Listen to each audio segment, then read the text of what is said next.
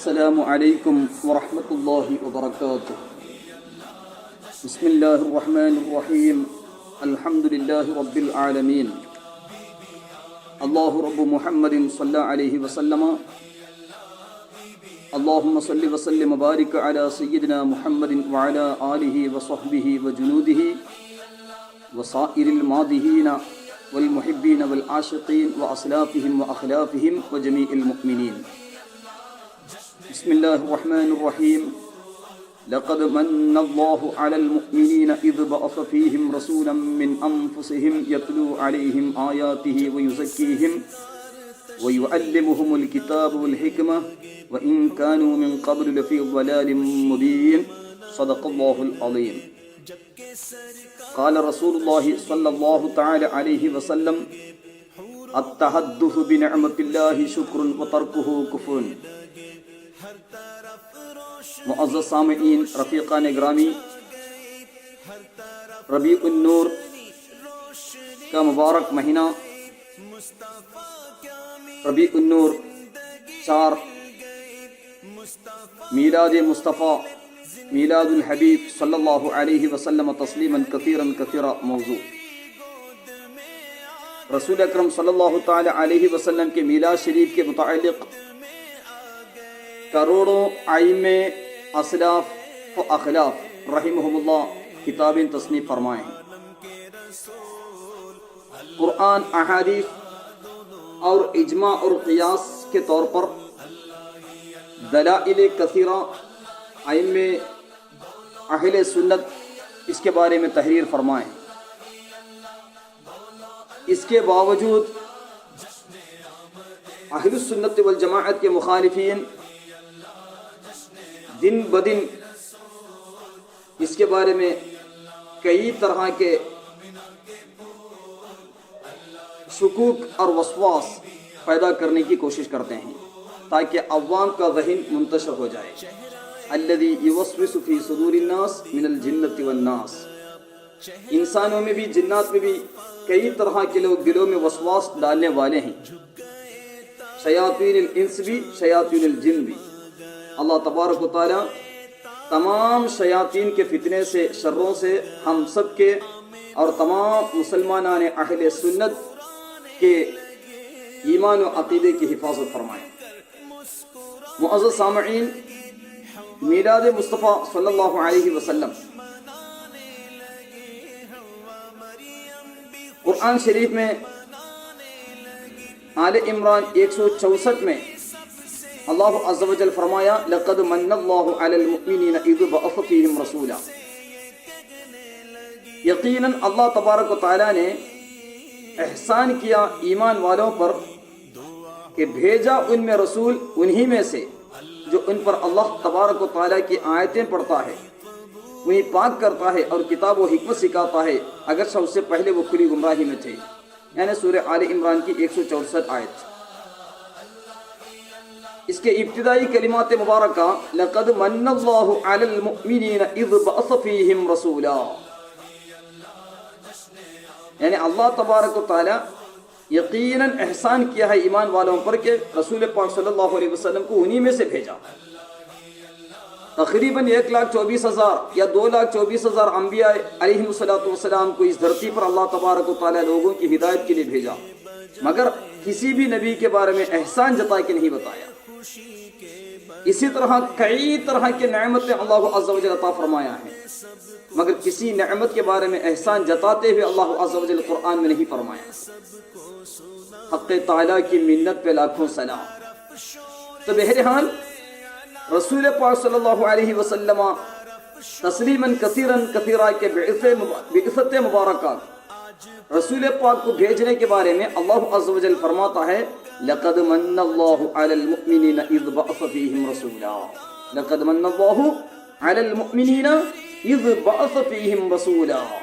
رسول پاک صلی اللہ علیہ وسلم کو اللہ تبارک و تعالی ایمان والوں پر بھیجا.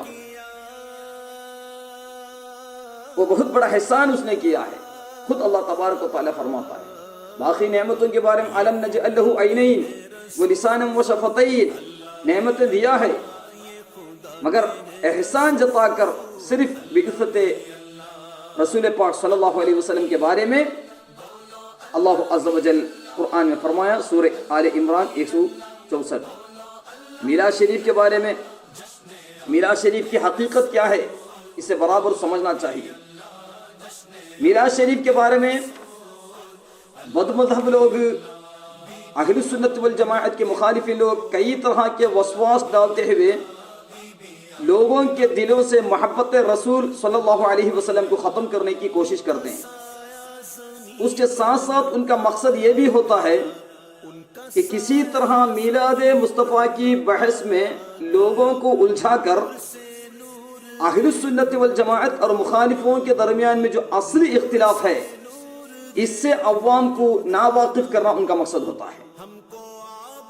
حقیقت میں اہل سنت والجماعت اور مخالفوں کے درمیان میں اصلی اختلاف میلاد شریف وغیرہ نہیں، بلکہ اصلی اختلاف رسول پاک صلی اللہ علیہ وسلم کی تعظیم اور رسول پاک صلی اللہ علیہ وسلم کی توحید۔ سنت جماعت رسول پاک صلی اللہ علیہ وسلم کی تعظیم قول و فعل و فکر کے ذریعے کرتے ہیں۔ وہابیہ، دیوبندیہ، مودودیہ رسول پاک صلی اللہ علیہ وسلم کے شان میں گستاخیاں کرنے والے۔ اس کے ساتھ ساتھ اسلام کے اہم باتیں، ضروریات دین، جس کا انکار کرنے سے انسان اسلام سے خارج ہو جاتا ہے۔ دوسری بات ضروریات عقائد اہل سنت و جماعت، سنت و جماعت کے عقائد، اس کا انکار کرنے سے سنیت سے خارج ہو جاتے ہیں۔ کسی ایک عقیدے کا انکار کیے تو سنت و جماعت سے خارج۔ تیسری چیز معمولات اہل سنت، مراسم اہل سنت، اس میں ایک عظیم چیز ہے میلاد مصطفیٰ صلی اللہ تعالی علیہ وسلم۔ اسی لیے آج کل عوام بھی کئی طرح کے اس معاملے میں غلط فہمیوں کا شکار ہے۔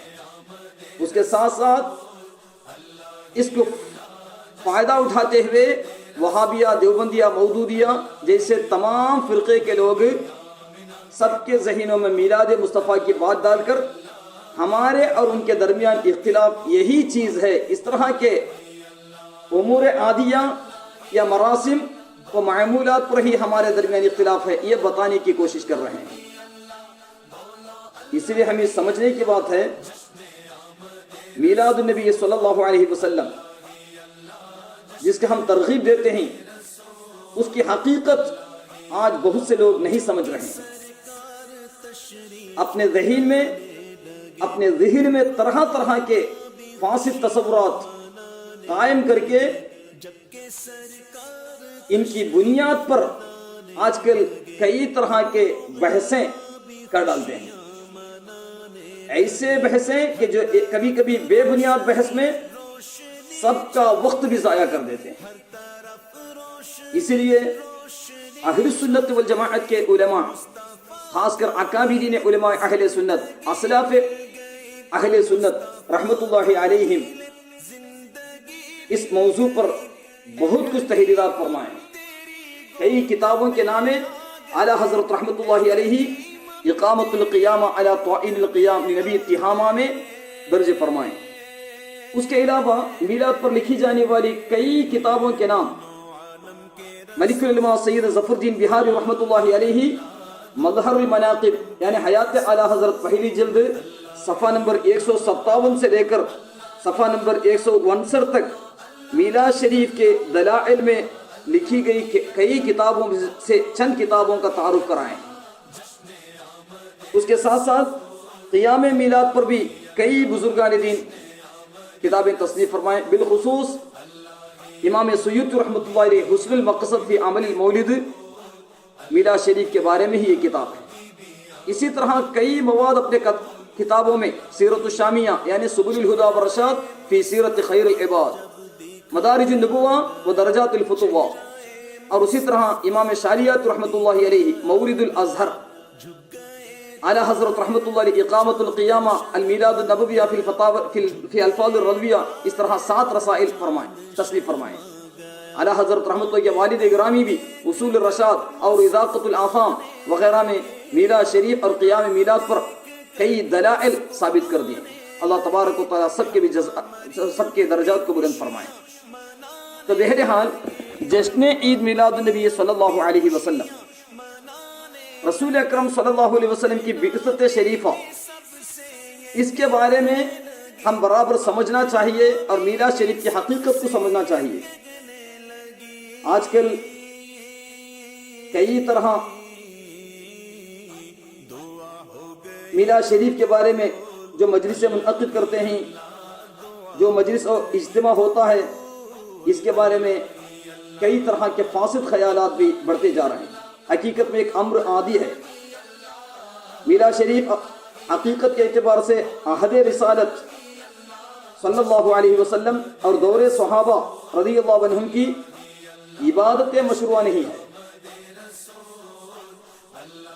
لہذا اہل سنت و جماعت کے افکار کا خلاصہ یہ ہے، اسلاف علماء اہل سنت جو میلاد کی حقیقت جو بیان فرمائیں اسی کے ذمہ دار ہیں علماء اہل سنت۔ آج کل عوام کی طرف سے یا نیم ملاؤں کی طرف سے جو باتیں میلاد شریف کے بارے میں بتایا جا رہا ہے، یہ باتوں کے ذمہ دار علماء اہل سنت، اکابرین علماء اہل سنت، اسلاف علماء اہل سنت نہیں ہے، کیونکہ انسان صرف اپنا اور اپنی باتوں کا ذمہ دار ہے، کسی دوسرے کا نہیں۔ تو لہذا آج مصیبت یہ ہے کہ اکثر لوگ اصل حقائق نہیں سمجھتے، جیسا جی میں آیا ویسے باتیں کرتے رہتے ہیں۔ اسی لیے تو امام شافعی رحمۃ اللہ علیہ ہمیشہ فرمایا کرتے، جب بھی میں کسی عالم سے میرا مباحثہ ہوا میں اس پر غالب رہا۔ دلائل کی روشنی میں بولنے سے سمجھ جاتے ہیں اہل علم، اس لیے کسی عالم سے اگر میں مباحثہ کروں گا تو میں خدا کی توفیق سے تحدیث نعمت کے طور پر بتاتے ہیں کہ میں اس سے غالب ہو جا، اس پر غالب رہا۔ لیکن جب کسی جاہل سے سابقہ پڑھا تو وہ جاہل مجھ پر غالب آ جاتا ہے۔ اسے سمجھنے کی بات ہے، کیونکہ عادت اور عبادات میں فرق ہے۔ ان دونوں کے حقائق کا فرق جانے بغیر کئی طرح کے فاسد خیالات اس معاملے میں۔ علامہ خلیفہ مفتی اعظم ہند سید محمد علوی مالکی المکی الحسنی رحمۃ اللہ علیہ مفاہیم یجب ان تصحح نام کی کتاب میں تفصیل کے ساتھ بیان بھی فرماتے ہیں۔ عبارت کا وقت نہیں، بہرحال اس کا اردو ترجمہ بھی اصلاح فکر و اعتقاد رضوی کتاب گھر سے شائع بھی ہوا ہے۔ تو بہرحال مولود شریف، میلاد شریف کے لیے انعقاد محفل ایک امر عادی ہے۔ امر عادی اور عبادت، اس میں فرق، یعنی جب کوئی شخص کہے کہ فلان چیز اپنی اس کیفیت کے ساتھ عبادت مشروع ہے تو اس سے دلیل طلب کی جاتی ہے۔ اس کیفیت سے عبادت مشروع کہاں پر ہے، کیا دلیل ہے؟ جب وہ کہے کہ یہ امر عادی ہے تو اسے کہا جائے گا تمہاری مرضی، کیونکہ فساد و خطرہ اس وقت پیدا ہوتا ہے جب کسی بدعت غیر مشروع کو عبادت مشروع قرار دیا جائے۔ تفصیل کے ساتھ مفاہیم یجب ان تصحح میں سید محمد علوی مالکی رحمۃ اللہ علیہ فرماتے ہیں کہ مولود شریف کے لیے انعقاد محفل ایک امر عادی ہے، مگر جشن میلاد النبی صلی اللہ علیہ وسلم منعقد کرنے، بزم میلاد النبی صلی اللہ علیہ وسلم منعقد کرنے کی یہ عادت خیر و صلاح پر مبنی اور کئی منافع اور فوائد پر مشتمل ہے، جس سے مسلمانوں کو برکت و سعادت حاصل ہوتی ہے، کیونکہ اس کے جزا محمود اور شرعاً مطلوب ہے۔ اس کے یعنی میلاد شریف کے جتنے بھی جزئیات ہیں وہ تمام چیزیں محمود اور شرعاً مطلوب ہیں۔ اور بعض لوگوں کا فاسد گمان ہے کہ سال میں دیگر ایام کے بجائے مسلمان صرف ایک ہی رات محفل میلاد مناتے ہیں، ایک ہی دن 12 ربیع الاول کو۔ حقیقت میں کم سے کم اپنے اپنے استطاعت کے مطابق 12 ربیع الاول کو سالانہ طور پر میلاد شریف مناتے ہیں۔ ہر ہفتہ پیر کے دن عید میلاد، یعنی رسول پاک صلی اللہ علیہ وسلم کی میلاد کی خوشی، اسی لیے تو پیر کے دن روزہ رکھنے کا حکم بھی ہے، جیسے کہ احادیث کی کتابوں موجود ہے۔ اس کے ساتھ ساتھ ہر مہینہ 12 تاریخ کو یوم الحبیب صلی اللہ علیہ وسلم، آج بھی کئی جگہ ہر مہینہ 12 تاریخ کو عربی کے حساب سے یوم الحبیب، ذکر الحبیب، کئی مجلس منعقد ہوتے ہیں۔ آثار مبارکہ کے توسل سے صحابہ سے لے کر اعلی حضرت امام شالیت رحمۃ اللہ علیہ تک کے کئی بزرگان دین کے اشعار مدحیہ پڑھ کر توسل کرتے ہیں۔ ذکر الحبیب یوم الحبیب صلی اللہ علیہ وسلم کے طور پر. تو سالانہ طور پر 12 ربیع الاول کو جو مولود شریف کی مجلس محفل کی میلاد، سید علی مالکی رحمۃ اللہ فرماتے ہیں بہت سے غافلین کہتے ہیں کہ ہم سال میں ایک بار کرتے ہیں. کہتے ہیں ان غافلوں کو یہ پتہ نہیں کہ مکۃ المکرمہ، مدینۃ المنورہ میں اور دیگر تمام عاشقوں کے بلاد میں سال کے ہر دن، ہر موسم، ہر خوشی کے موقع پر میلاد النبی صلی اللہ علیہ وسلم کی محفلیں منعقد کی جاتی ہیں. خوشی کے وقت میں بھی، دکھ کے وقت میں بھی. اگر کسی کا انتقال ہو تب بھی منقوص مولود شریف میلاد نامہ پڑھا جاتا ہے. نعت شریف کی مجلسیں منعقد ہوتے ہیں. شادی اور جائز اور خوشی مجالس میں بھی اس طرح کے امور خیریہ کیا جاتا ہے. اسی لیے سید علی مالکی رحمۃ اللہ فرماتے ہیں کہ رسول پاک صلی اللہ علیہ وسلم کے محفل میلاد کو ہر وقت منعقد کی جاتی ہے، ہر موسم میں، ہر خوشی کے موقع پر. مکہ مدینہ میں کوئی دن، کوئی رات ایسی نہیں گزرتی جس میں انعقاد محفل میلاد نہ ہو. سید علی مالکی مکی فرماتے ہیں. اسے جاننے والے خوب جانتے ہیں اور جو نہیں جانتے وہ نہیں جانتے. جو شخص یہ سمجھتا ہے کہ ہم صرف ایک رات یا ایک دن میں ذکر نبی کرتے ہیں، باقی راتوں میں نہیں، 359 راتیں ہم غفلت میں گزار دیتے ہیں، ایسا شخص مفتری و کذاب ہے، جھوٹا ہے، سنیوں پر بدنامی کر رہا ہے. حقیقت میں اللہ تبارک و تعالیٰ کے فضل و کرم سے سال کے ہر ایام میں بھی رسول پاک صلی اللہ علیہ وسلم کی میلاد شریف، مولود شریف، نعت شریف اور مدح حبیب صلی اللہ علیہ وسلم کی محفلیں سجائی جاتی ہیں. کوئی دن یا کوئی رات ایسی نہیں گزرتی جس میں کہیں نہ کہیں کوئی محفل میلاد نہ ہو. اس تفصیل کے ساتھ سید علی مالکی رحمۃ اللہ علیہ محافل میلاد النبی صلی اللہ علیہ وسلم کے موضوع پر مفاہیم یجب ان تصحح میں تفصیل کے ساتھ بیان فرماتے ہیں. اسی طرح رسول پاک صلی اللہ علیہ وسلم کی میلاد کی خوشی میں جو ہم مجلسیں منعقد کرتے ہیں، اس کی حقیقت کیا ہے؟ امام سیوطی رحمۃ اللہ علیہ فرماتے ہیں الحابیل الفتاوی میں حسن المقصد فی عمل المولد میں میلاد منانا قرآن، حدیث، اجماع، قیاس کے مطابق ہے. بدعت دو طرح، بدعت حسنہ، بدعت سیئہ. قرآن، حدیث، اجماع، قیاس یعنی شریعت کے جو مطابق ہے وہ جائز و مستحسن ہے. قرآن، حدیث، اجماع، قیاس یعنی اس کے خلاف، یعنی شریعت اسلامیہ کے خلاف جو ہے وہ بدعت سیئہ ہے.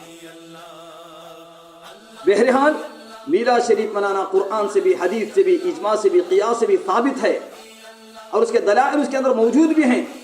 تو ایک بہترین عمل ہے میلاد شریف منانا.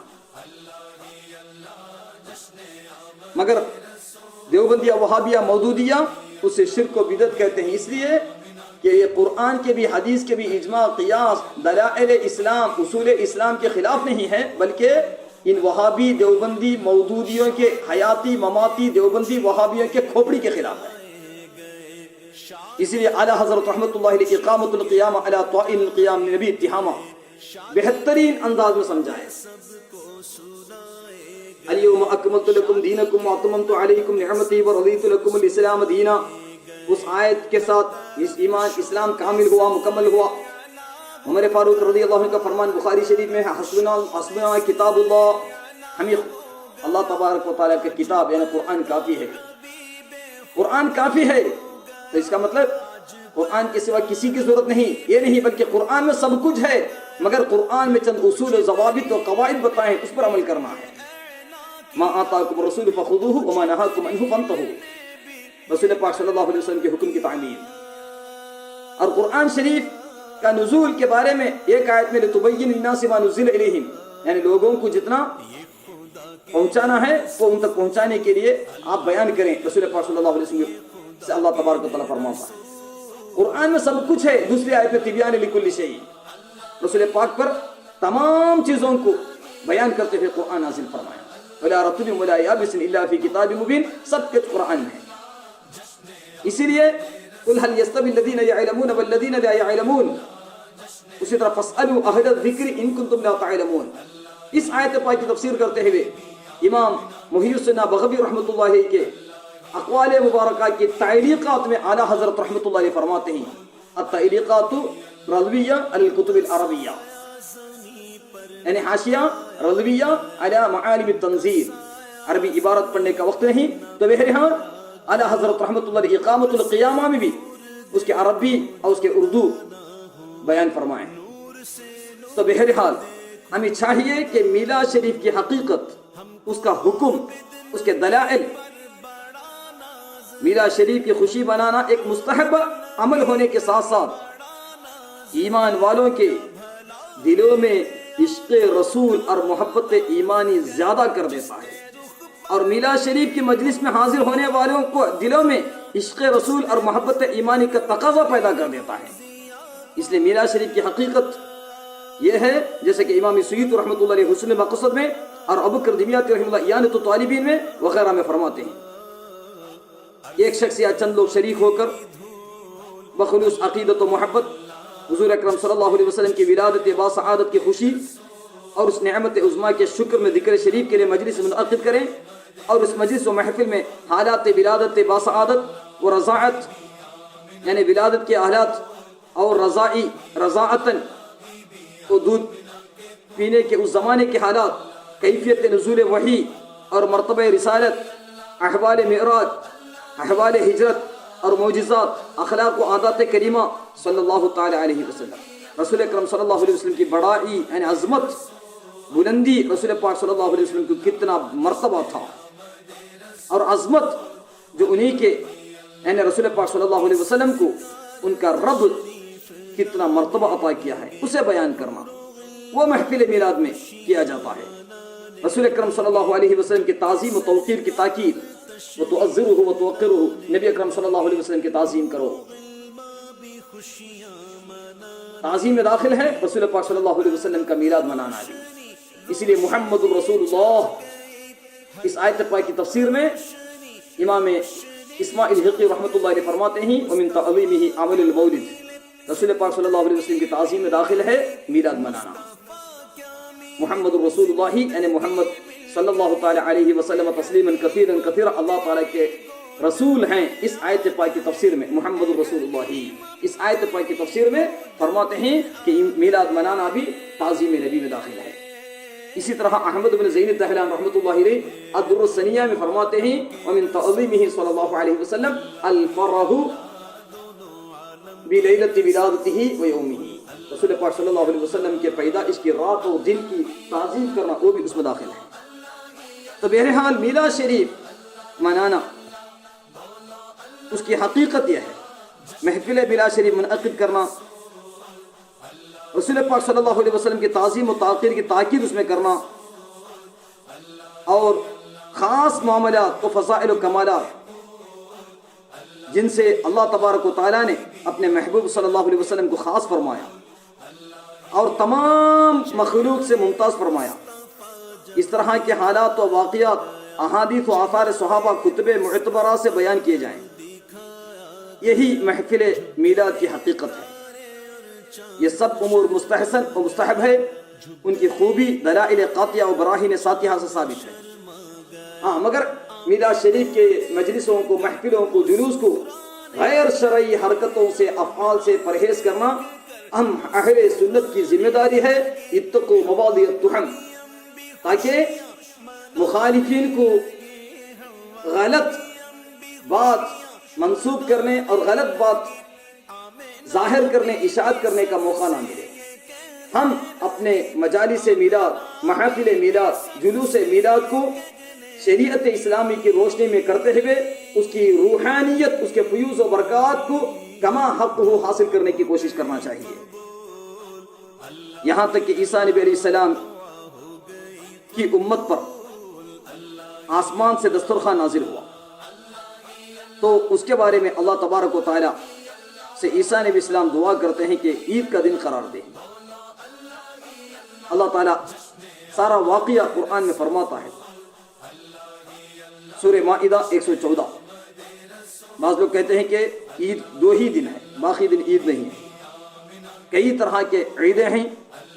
تو بہرحال قرآن میں عیسیٰ علیہ السلام کے بارے میں فرماتا ہے اللہ عز و جل قال عیسی بن مریم اللہم ربنا انزل علینا مائدۃ من السماء تکون لنا عیدا لاولنا وآخرنا وآیۃ منک وارزقنا وانت خیر الرازقین۔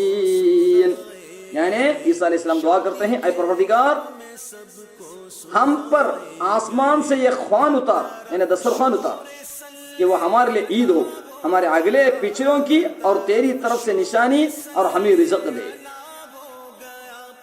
ہمارے اگلے والوں کو بھی پچھلے والوں کو بھی عید بن جائے۔ اس کے بعد دعا کرتے ہیں۔ تو نعمت کا دسترخوان جس دن اترا وہ حال والوں کو بھی مستقبل والوں کے لیے بھی عید ہو جائے۔ عیسیٰ علیہ السلام دعا کرتے ہیں۔ امام سیوطی رحمۃ اللہ علیہ حسن المقصد میں فرماتے ہیں ایو نعمت اعظم ببرود هذا النبی المبرور، رسول اکرم صلی اللہ تعالی علیہ وسلم سے زیادہ نعمت کون سی ہے؟ یعنی رسول اکرم صلی اللہ علیہ وسلم تشریف لائے، وہ نعمت ماضی کو بھی، حال کو بھی، مستقبل کو بھی ایک عظیم نعمت ہے۔ تو ماضی والوں کو بھی، حال والوں کو بھی، مستقبل والوں کے لیے بھی کیوں عید نہ ہو؟ کیونکہ رسول پاک صلی اللہ علیہ وسلم کا پیدائش کا دن نہ ہوتا تو کسی طرح کا عید نہ ملتا، نہ عید الفطر ملتا، نہ عید الاضحیٰ ملتا، یعنی بقرعید کا عید ملتا، نہ شب قدر ملتا، نہ شب برات ملتا، کچھ بھی نہیں ملتا۔ رسول پاک صلی اللہ علیہ وسلم نور سے ہی ساری کائنات کو اللہ تعالیٰ پیدا کیا ہے۔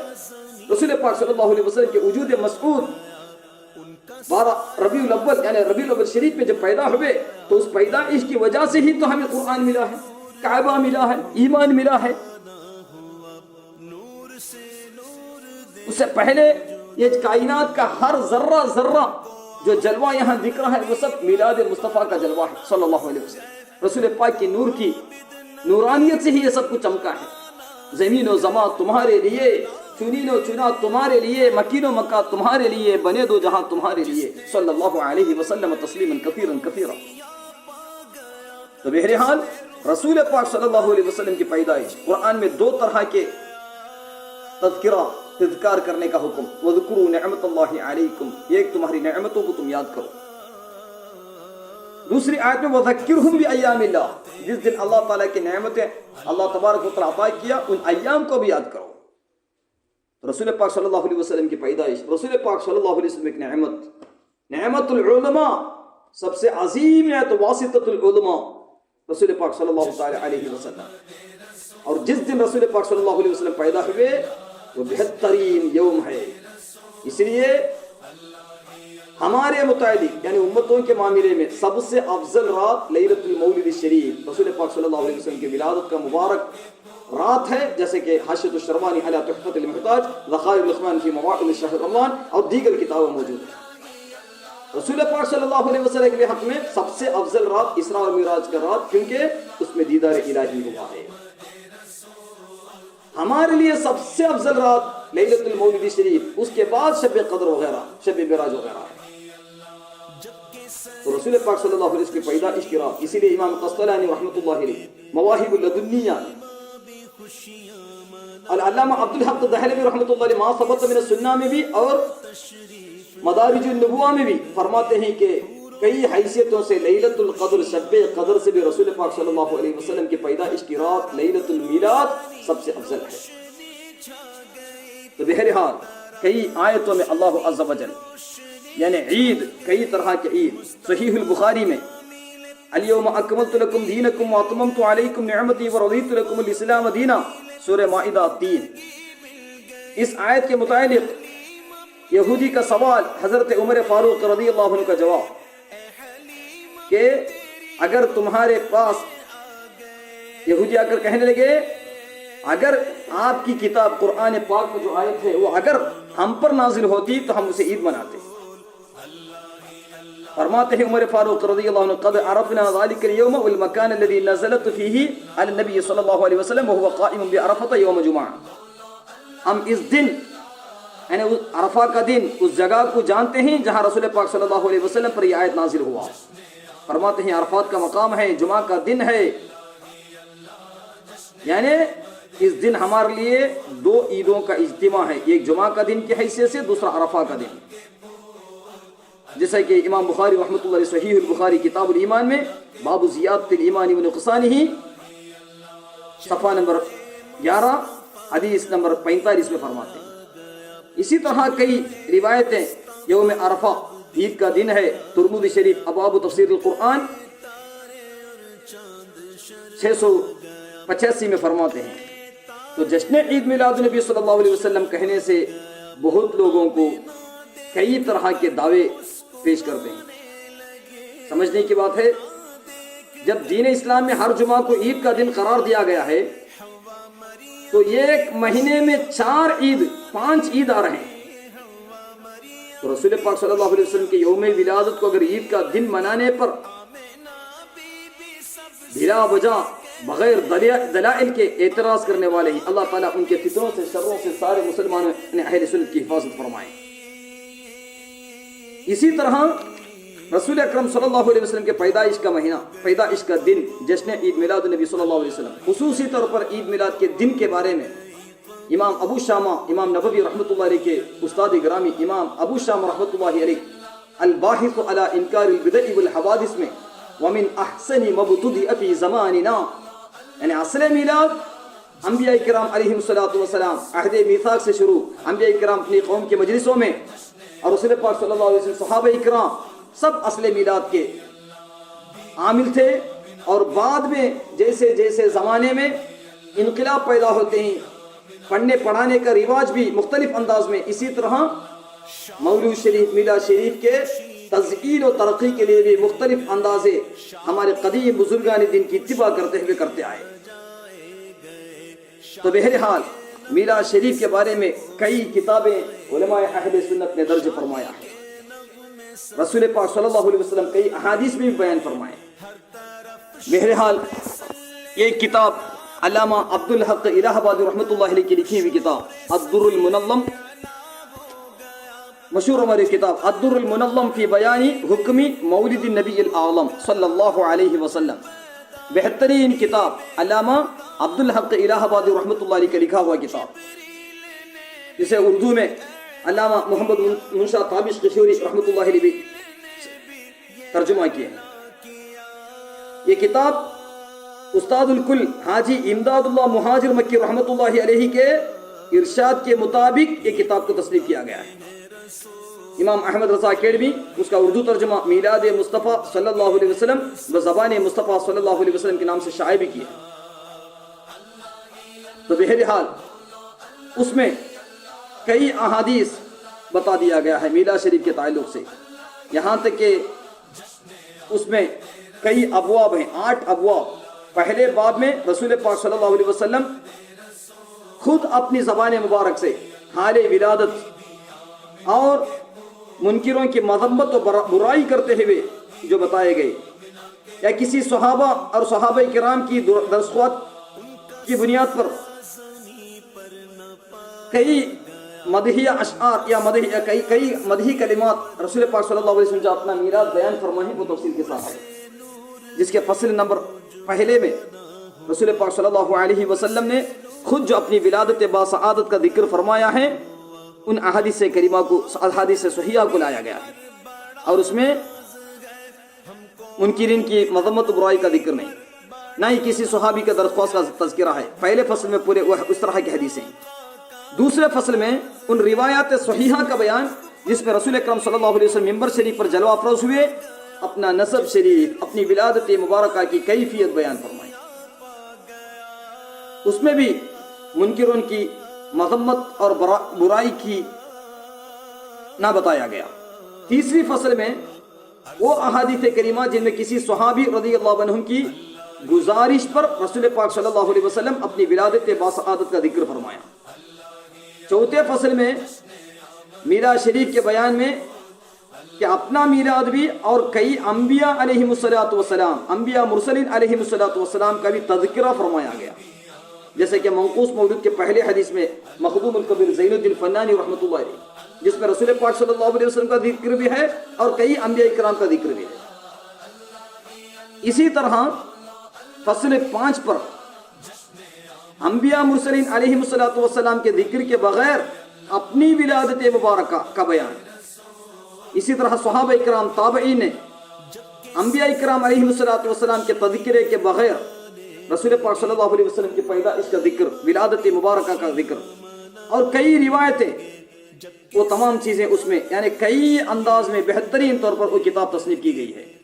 یہاں تک کہ باب نمبر 2 میں صحابہ اکرام رسول پاک صلی اللہ علیہ وسلم کی بارگاہ میں جو میلاد مبارکہ پڑھتے تھے اس کے 3 فصل اس میں صحابہ اکرام رسول پاک صلی اللہ علیہ وسلم سے اجازت لے کر رسول پاک صلی اللہ علیہ وسلم کے سامنے بصورت اشعار یعنی صورت کی اشعار کی صورت میں ابیات کی صورت میں شاعریہ کی صورت میں رسول پاک صلی اللہ علیہ وسلم کا میلاد شریف جو پڑھا ہے اس وقت رسول پاک صلی اللہ علیہ وسلم دعا فرماتے قل لا یفل اللہ فاقا یعنی میری مدح پڑھنے والے میری نعت پڑھو اللہ تعالیٰ تمہارے دانت صحیح سالم رکھے جیسا کہ ہلیت الاولیاء میں بھی پہلی جلد 364 میں ہے.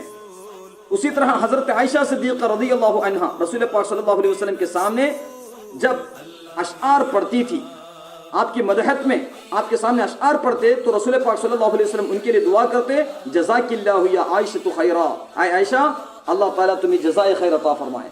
اور اس کے بعد فرماتے فما اذکر انی سررت کسروری بکلامکی مجھے نہیں یاد کہ میں کبھی اتنا مسرور ہوا ہوں مجھے یاد نہیں کہ میں اتنا خوش ہوا ہوں جتنا تمہارے کلام سے مجھے خوشی حاصل ہوئی ہے. امام سیوطی رحمۃ اللہ علیہ الخصائص الکبریٰ فی عقلہ صلی اللہ علیہ وسلم اور اسی طرح اس کے پہلی جلد صفحہ نمبر 116 اور نصرت الاغریل فی نصرت القریب باب فی فضلہ و منافعہ و تأثیرہ پہلی جلد 54. اسی طرح عبدالحق الہ آبادی رحمۃ اللہ علیہ الدر المنظم میں صفحہ نمبر 49 میں بھی اور کئی جگہ اسے بیان فرماتے ہیں. اس طرح کئی اسلاف کے اخلاف کے رسول پاک صلی اللہ علیہ وسلم کی مدحت کے اشعار کو کئی بزرگان دین جمع فرمائیں. اللہ تبارک و تعالیٰ سب کے بھی درجات کو بلند فرمائیں. اللہ عز و جل اس کے پیارے حبیب صلی اللہ علیہ وسلم کے صدقے طفیل سے یہاں تک کہ امام ترمذی رحمۃ اللہ علیہ ترمذی شریف میں جامع ترمذی میں باب ما جاء فی میلاد النبی صلی اللہ علیہ وسلم ایک باب ہی باندھے اس میں فرماتے ہیں علامہ امام ترمذی رحمۃ اللہ علیہ کہ رسول پاک صلی اللہ علیہ وسلم میلاد شریف کے بارے میں اگر میلاد آج کل کہتے ہیں کہ میلاد کا لفظ نہ بولے سیرت مصطفیٰ سیرت رسول صلی اللہ علیہ وسلم سیرت کے نام پر بھی ائمہ حق کتابیں تصنیف فرمائیں میلاد کے نام پر بھی ائمہ حق کتابیں تصنیف فرمائیں.